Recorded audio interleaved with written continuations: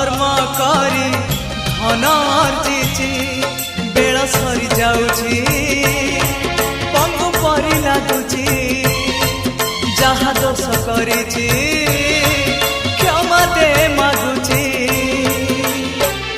एतिकी मिनती तू हबु मालिक